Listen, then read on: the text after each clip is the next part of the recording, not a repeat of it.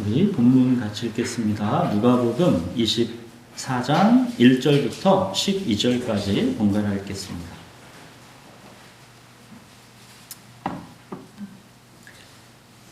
안식 후 첫날 새벽에 이 여자들이 그 준비한 향품을 가지고 무덤에 가서 들어가니 주 예수의 시체가 보이지 아니하더라. 이로 인하여 근심할 때에 문득 찬란한 옷을 입은 두 사람이 곁에 섰는지라. 여자들이 두려워 얼굴을 땅에 대니 두 사람이 이르되 어찌하여 살아있는 자를 죽은 자 가운데서 찾느냐. 여기 계시지 않고 살아나셨느니라. 갈릴리에 계실 때에 너희에게 어떻게 말씀하셨는지를 기억하라. 이르시기를 인자가 죄인의 손에 넘겨져 십자가에 못 박히고 제3일에 다시 살아나야 하리라 하셨느니라 한데 그들이 예수의 말씀을 기억하고 무덤에서 돌아가 이 모든 것을 11사도와 모든 다른 이에게 알리니 이 여자들은 막달라 마리아와 요한나와 야고보의 모친 마리아라. 또 그들과 함께한 다른 여자들도 이것을 사도들에게 알리니라. 사도들은 그들의 말이 허탄한 듯이 들려 믿지 아니하나 베드로는 일어나 무덤에 달려가서 구부려 들여다보니 세마포만 보이는지라. 그 된 일을 놀랍게 여기며 집으로 돌아가니라.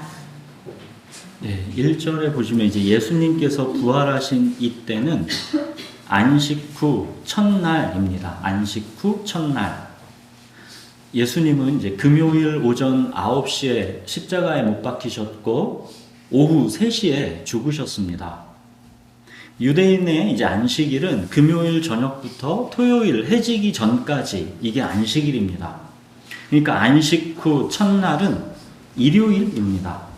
그래서 기독교는 안식일을 지키는 것이 아니라 예수님이 부활하신 일요일을 주의 날, 주일로 지키는 것입니다. 자, 이제 그렇게 안식 후 첫날 새벽에 여자들이 준비한 향유와 향품을 가지고 무덤으로 갔습니다. 준비한 향유와 향품을 갖고 무덤에 갔다라는 것은 이 여자들은 예수님의 시체를 보러 갔다라는 것이죠. 예수님의 시체를 장사 지내기 위해 간 것입니다. 이 여자들은 예수님이 다시 살아나셨을 것이다 라고는 전혀 상상도 못하고 있습니다. 예수님은 이미 죽으셨다가 제3일에 다시 살아날 것이다 이렇게 진지하게 3번을 말씀하셨었죠. 그러니까 금요일에 죽으셨으니까 지금 안식 후 첫날 이날이 바로 말씀하셨던 제3일이 되는 날입니다. 그럼 당연히 무덤으로 달려가되 어떤 기대를 갖고 달려가야 합니까? 예수님이 정말로 말씀하셨던 대로 이 3일째 되는 날 살아나셨을지도 몰라. 적어도 이런 기대를 조금이라도 갖고 갔었어야 하는 거 아니겠습니까? 예수님이 그 전에 이미 3번이나 정색을 하시고 진지하게 내가 죽었다가 제3일에 다시 살아나리라 이렇게 말씀하셨으니까 말이죠. 자, 그녀들이 이제 무덤에 들어가 보니까 뭐래요? 예수님의 시체가 보이지 않았습니다. 자, 이쯤 되면 정말 예수님이 말씀하신 대로 살아나셨나 보다.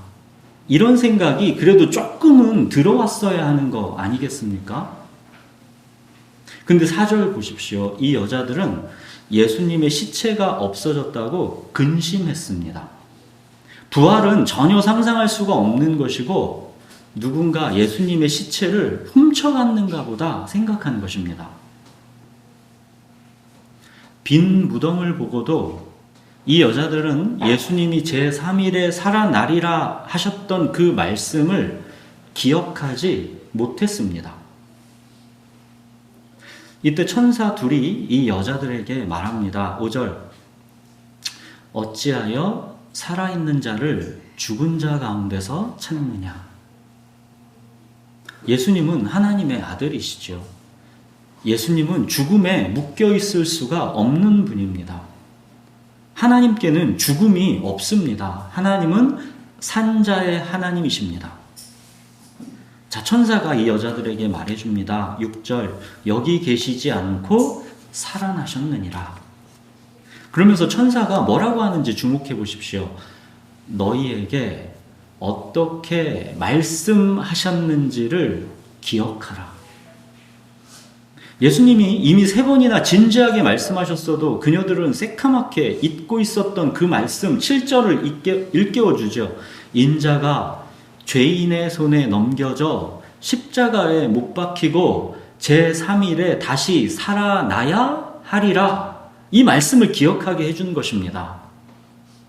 그래서 8절, 그녀들이 드디어 예수님의 말씀을 기억했습니다. 그녀들이 예수님의 말씀을 지식적으로 몰랐던 게 아니죠. 말씀을 기억했다라는 것도 다만 잊었던 지식을 다시 기억해냈다라는 거, 그런 거 아닙니다. 다만 지식이었던 그 말씀이 이제 내 속에 들어와서 그 말씀이 살아나게 되었다라는 의미입니다. 말씀이 그냥 다만 지식이 아니라 드디어 믿음과 결부돼서 살아계신 하나님의 말씀으로 내 속에서 능력이 되었다라는 의미입니다. 그래서 이 여자들은 무서움과 큰 기쁨으로 사도들에게 달려갔습니다. 마태복음에서는 지금 이 상황을, 이 여자들의 이제 감정을 이렇게 표현했습니다. 무서움과 큰 기쁨. 예수님이 다시 살아나셨다라는 소식. 이거는 무서움과 큰 기쁨이죠. 죽으셨던 예수님이 다시 살아나셨다라는 것. 이건 정말 큰 기쁨이기도 하지만 이건 정말 두려운 일입니다. 놀라움과 충격, 경외감, 이루 말할 수 없는 두려움과 큰 기쁨에 사로잡히는 것. 이게 부활입니다. 그녀들이 사도들에게 이 모든 사실을 말했습니다. 자, 근데 사도들의 반응을 보십시오. 11절. 사도들은 그들의 말이 허탄한 듯이 들려 믿지 아니하나. 무슨 말도 안 되는 허탄한 소리를 하고 있느냐라는 것이죠. 여러분 잘 보십시오. 이 부활에 대한 우리의 반응은 무서움과 큰 기쁨으로 믿던지, 아니면 무슨 말도 안 되는 허탄한 소리냐고 믿지 않던지, 이 둘 중 하나가 정직한 것입니다. 예수님이 죽으셨다, 다시 살아나셨다라는 이 부활의 소식을 결국 일어날 일이 말씀대로 일어났군, 이렇게 담담하게 받아들인다, 이런 거는 가능하지가 않다는 것입니다.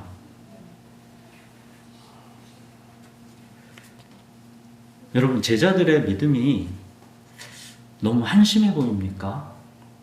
예수님이 그렇게 진지하게 3번을 말씀하셨는데도 왜 그걸 믿지 못하고 있는가 답답해 보입니까?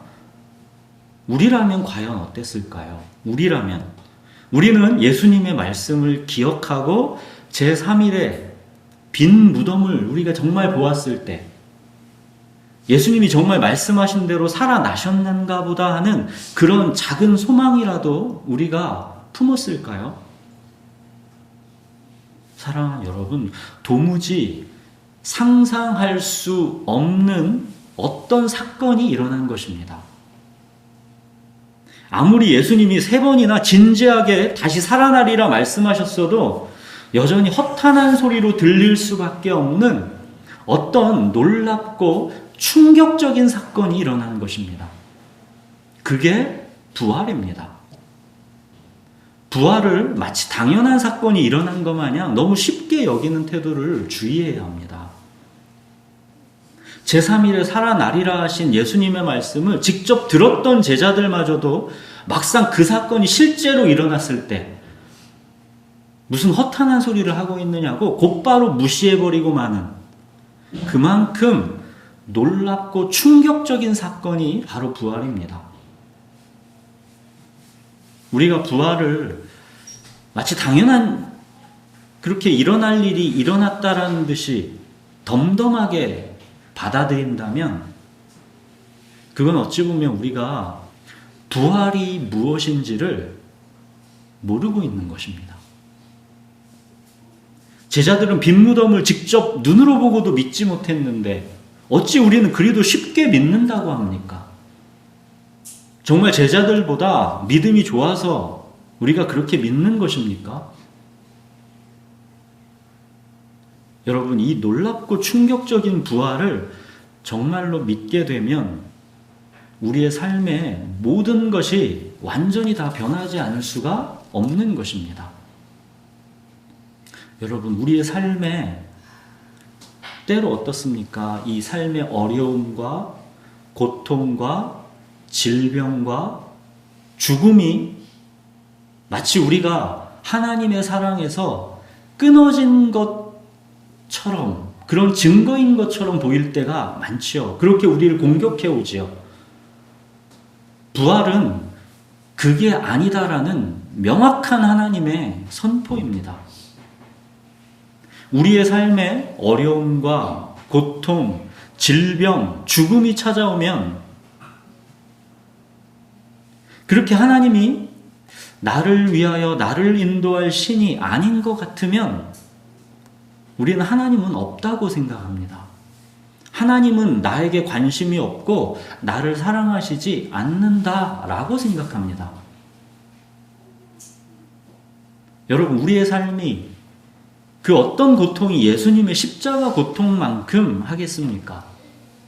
그러나 그 십자가가 모든 것이 끝난 것 같은 절망 같았지만 예수님은 다시 살아나셔서 온 땅의 주권자이심을 나타내셨습니다. 여러분, 예수님의 부활은 우리의 고통과 죽음조차도 그것이 결코 하나님의 전능하심과 하나님의 사랑의 실패가 아니다라는 것을 선언하는 것입니다. 이 땅에서의 목숨이 우리가 전부가 아니라 우리는 영원한 생명을 가진 하나님 나라 백성이다라는 선포, 그게 부활입니다. 내 삶의 모든 조건 속에서 설령 그것이 이 땅에서의 나의 질병과 죽음일지라도 하나님의 주권, 하나님의 전능하심, 하나님의 사랑이 영원하다는 것, 부활은 이걸 선포하는 것입니다. 바울이 그랬죠. 우리가 살아가는 삶이 다만 이 세상의 삶뿐이라면 우리는 가장 불쌍한 자들이다. 우리가 살아가는 삶이 다만 이 세상의 삶뿐이라면 우리 그리스도인은 가장 불쌍한 자들이다. 바울이 그랬습니다. 여러분, 부활은 그만큼 놀랍고 충격적인 선물이라는 것입니다.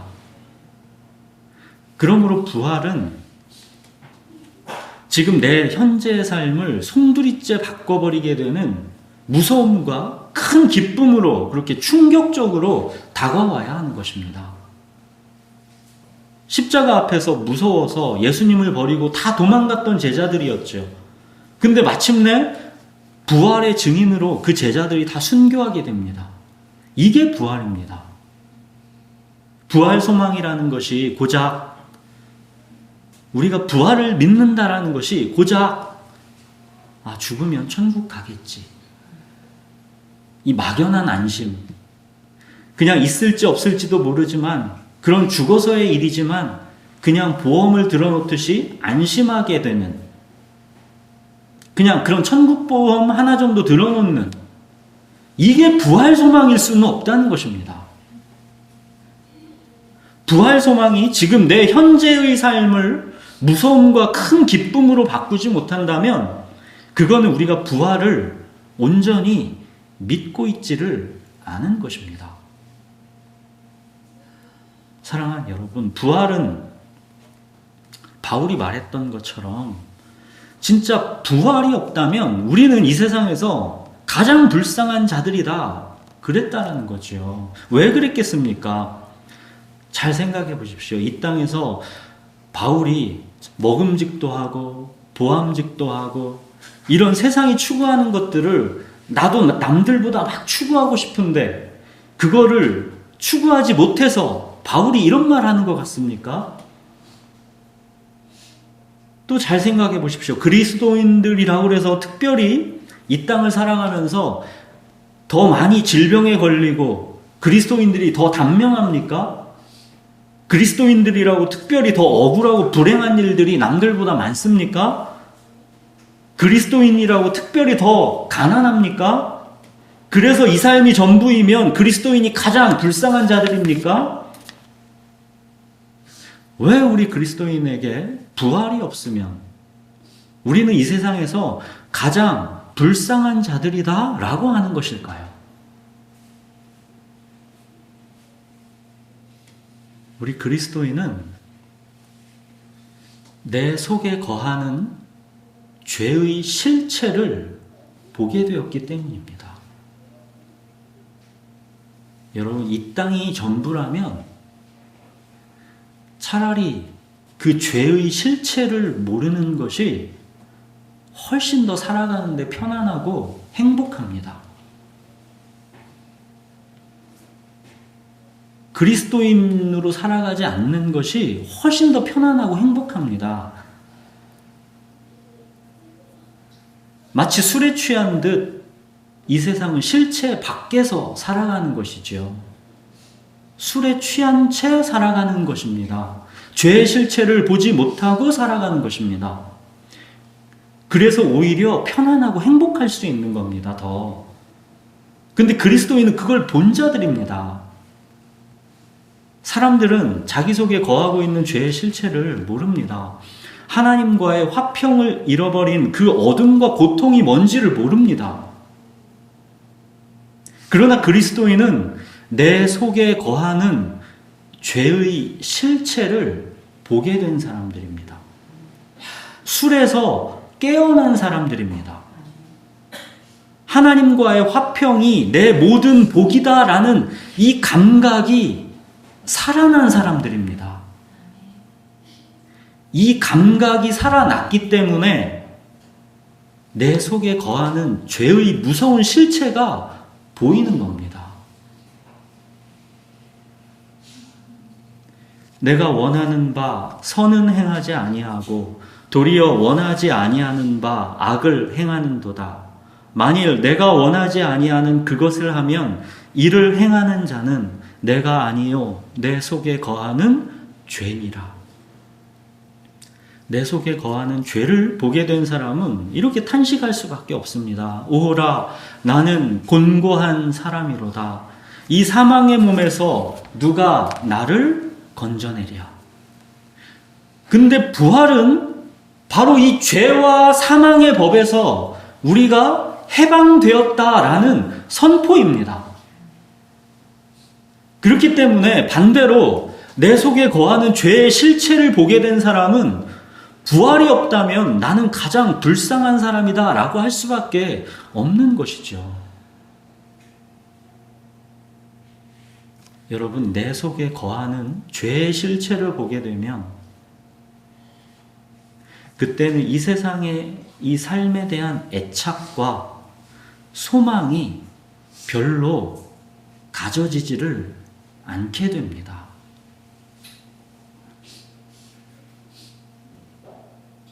오히려 내 속에 신음과 탄식 때문에 이 장막을 벗어버리게 될 날이 기다려지지요.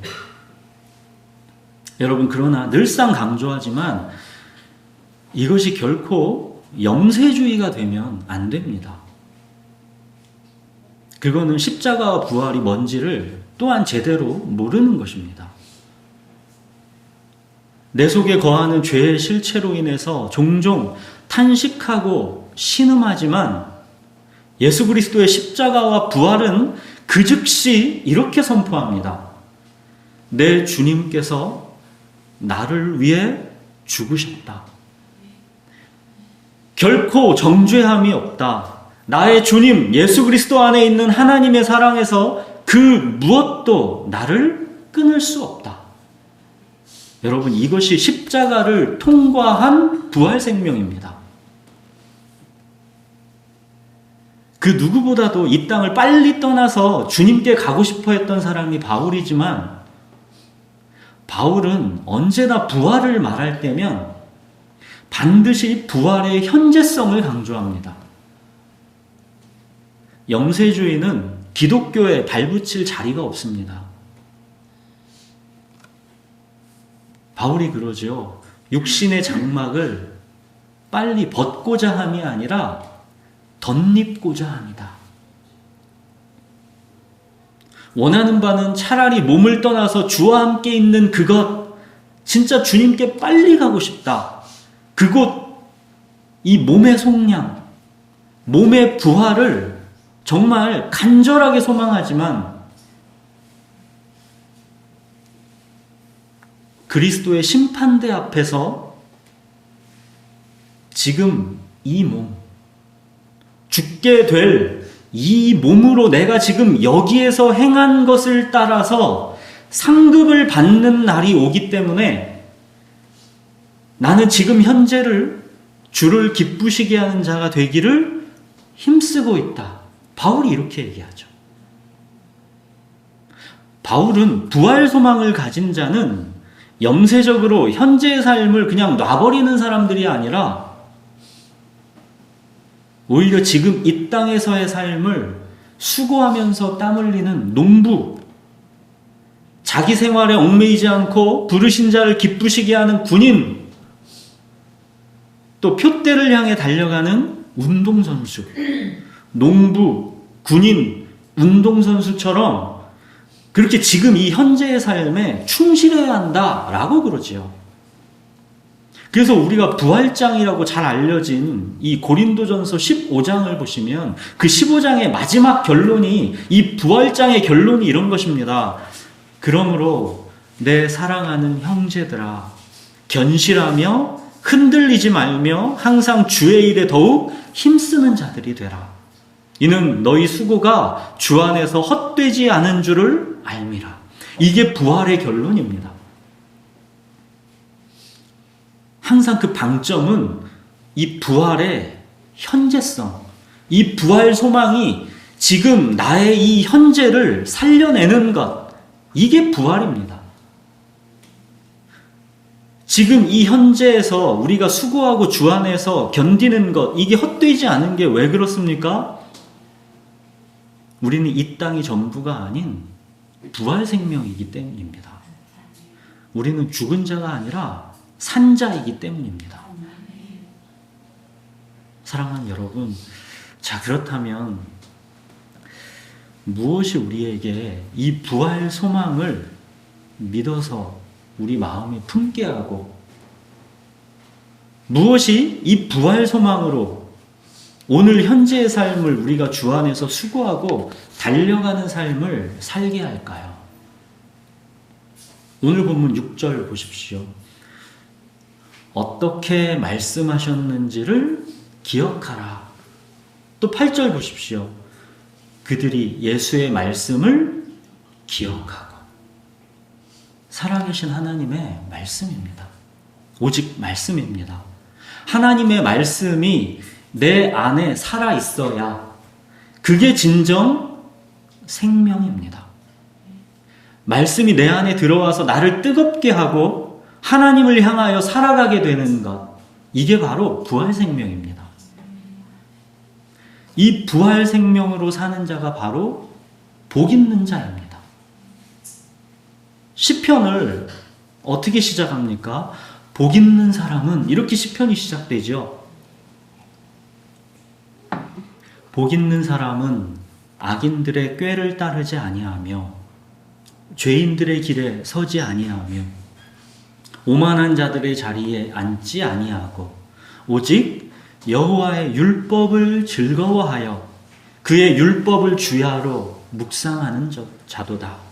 그는 시냇가에 심은 나무가 철을 따라 열매를 맺으며 그 잎사귀가 마르지 아니함 같으니 그가 하는 모든 일이 다 형통하리로다. 복 없는 사람은 하느님을 향하여 죽어 있는 자입니다. 그들은 하나님께로 뿌리가 연결되지 못한 채 다만 이 세상의 삶이 전부라고 여기면서 살아갑니다. 죽으면 어차피 모든 게 끝이니까 지금 내 마음에 먹음직도 해보이는 것, 보암직도 해보이는 것, 여기에 내 모든 열정을 쏟아붓고 사는 삶, 이것이 하나님을 향하여 죽어있는 자들, 즉 복 없는 자들의 삶의 방식입니다. 그럼 복 있는 사람, 하나님을 향하여 살아있는 사람은 누구입니까? 하나님의 율법, 하나님의 말씀, 이 말씀 자체가 그냥 즐겁고 그 말씀 안에서 사는 것이 행복하고 그래서 말씀을 주야로 늘상 묵상하고 사는 사람입니다. 복 있는 사람, 하나님을 향하여 살아있는 사람은 다윗처럼 이렇게 고백합니다. 주는 나의 목자시니 내게 부족함이 없도다. 주는 나의 주님이시오니 주밖에는 내게 다른 복이 없나이다. 내 평생의 단 한 가지 소원, 주님의 집에 살면서 주님의 아름다움을 바라보며 그의 성전에서 사모하는 그것이라. 이것이 복 있는 자, 하나님을 향하여 살아있는 자입니다. 이렇게 말씀이 내 안에 살아있는 자, 때론 어둡고 낙심하고 넘어졌다가도 말씀의 빛이 들어오면 그 빛으로 인해서 한순간에 밝아지고 환해지고 마음이 뜨거워지는 사람, 그가 바로 복 있는 자이고 그것이 바로 부활 생명입니다. 그는 시냇가에 심은 나무입니다. 시냇가에 심은 나무는 굳이 장식용 크리스마스 추리처럼 뭔가를 주렁주렁 매달아서 나를 장식하려고 조바심을 내지 않습니다. 하나님과의 화평, 하나님과의 사귐 속에 뿌리를 내리고 생명을 공급받고 있기 때문에 그냥 자연스럽게 철을 따라 열매를 맺고 그 잎사귀가 마르지 않습니다. 그는 자기의 모든 삶이 하나님의 주권과 섭리 안에 뿌리 내리고 있음을 믿기 때문에 자기에게 일어나는 모든 일에 흔들리지 않고 평안합니다. 실패하고 넘어졌어도 금방 다시 주님을 의지해서 다시 일어납니다. 사랑하는 여러분, 하나님의 말씀이 내 안에 살아있는 자, 말씀을 즐거워하고 주야로 묵상하는 자로 살아가십시오. 어찌하여 산자가 죽은 자처럼, 다만 이 세상의 삶이 전부인 것처럼 그렇게 이 땅만을 바라보면서 살아가려 하십니까? 여러분, 하나님을 향하여 살아있는 자로 부활 생명으로 살아가십시오.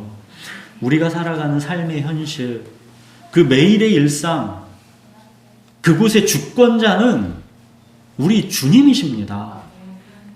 그 현실, 그 일상을 죽은 자가 아니라 산 자로 살아가십시오.